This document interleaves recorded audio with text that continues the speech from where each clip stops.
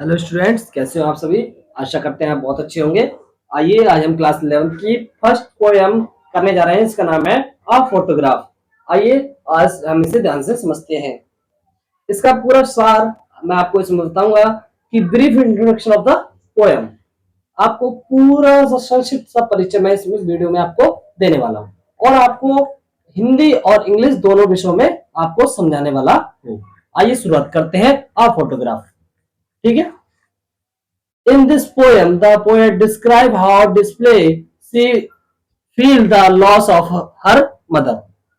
इस कविता में जो कवित्री है वो वर्णन करती है कि वह अपनी माँ की कमी को कितना गहरा महसूस करती है। मतलब जो राइटर है, कवित्री है, उसकी माँ नहीं है, तो जो माँ की कमी है, माँ नहीं है, तो कितना गहरा महसूस करती है उसके बारे में वर्णन करती है। ठीक है। नेक्स्ट लाइन देखिए। Her mother has now been dead for more than 12 year.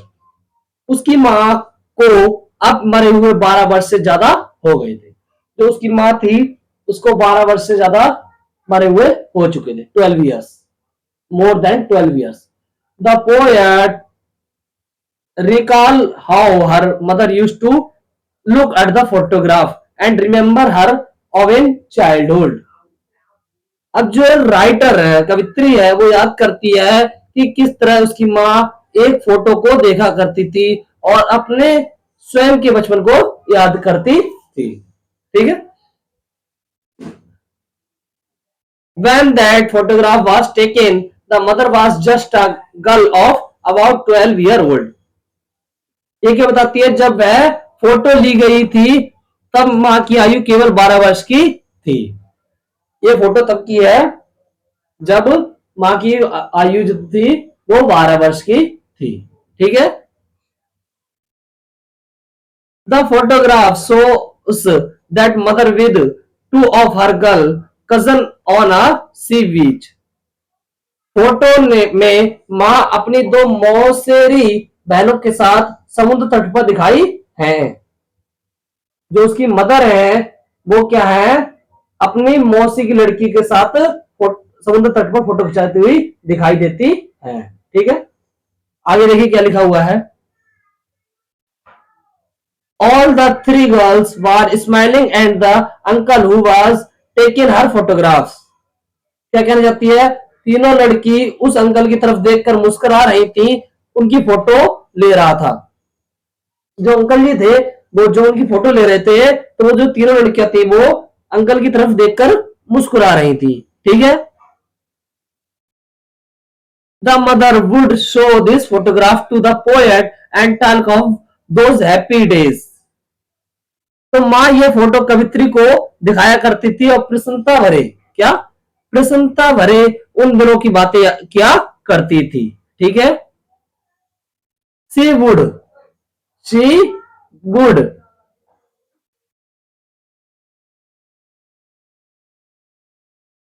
She would laugh while talking of the sea holiday. जो उसकी माँ थी वो समुद्र की तरफ शहर की बातें करती हुई हंसा करती थी। ठीक है। What a great change had come in the mother by that time. किंतु जो टाइम था वो बहुत परिवर्तन हो चुका था, किंतु उस समय तक माँ में बड़ी तब्दील आ चुकी थी। She was now a middle-aged woman and had the poet as a daughter. क्या कहती है कवित्री, वह एक अंधेर उम्र की एक औरत थी तथा कवित्री उसकी एक बेटी थी। क्या कहती है वो, वह एक अधेड़ उम्र की, अधेड़ मतलब मिडल एज की एक औरत थी तथा कवित्री उसकी बेटी थी, ये कहती है। ठीक है। All her all her formers living was gone. क्या कहती है, उसकी पूर्व की वह चंचलता जाती रही है। मतलब जो लेखक थी, कवित्री थी, कवित्री की जो माँ थी वो पहले चंचल थी, तो जो चंचलता है वो जा रही है, वो ये कहती है। Recalling her mother the poet says the say holiday was her past mine in her lather. ठीक है, तो क्या कहता है भाई, अपनी माँ को याद करते हुए कवित्री कहती है समुद्र की वह शहर उसके लिए एक बीती बात थी, मेरे लिए वह हंसी। ठीक है, मेरे लिए थी, कवित्री कहती है जो मेरे लिए थी वो क्या थी, हंसी की बात थी। ठीक है, the poet sadly feel the loss of her mother. जो लेखक है वो याद करती है और अपनी माँ पर हंस हंस कर बातें किया करती है। ठीक है, she remember she remembers how the mother use to talk to her and the laugh. वो हंसती रहती है और याद करती रहती है अपनी माँ की बातों को। But now the daughter is the thing of the past. क्या कहता है भाई, किंतु अब वह हंसी एक बीती बात हो गई है। जो हंसी हुई थी, लौतर था, वो हंसी एक बात हो चुकी है। The mother has been dead of for about 12 year. कहती है कि कवित्री कहती है कि माँ को मरे हुए लगभग 12 वर्ष हो गए हैं। क्या कहती है, माँ को मरे हुए लगभग 12 वर्ष हो चुके हैं। She poet feel very sad and lonely. Lonely होता है अकेला। जो कवित्री है वो अपने आप को बहुत अकेला और उदास महसूस करती है।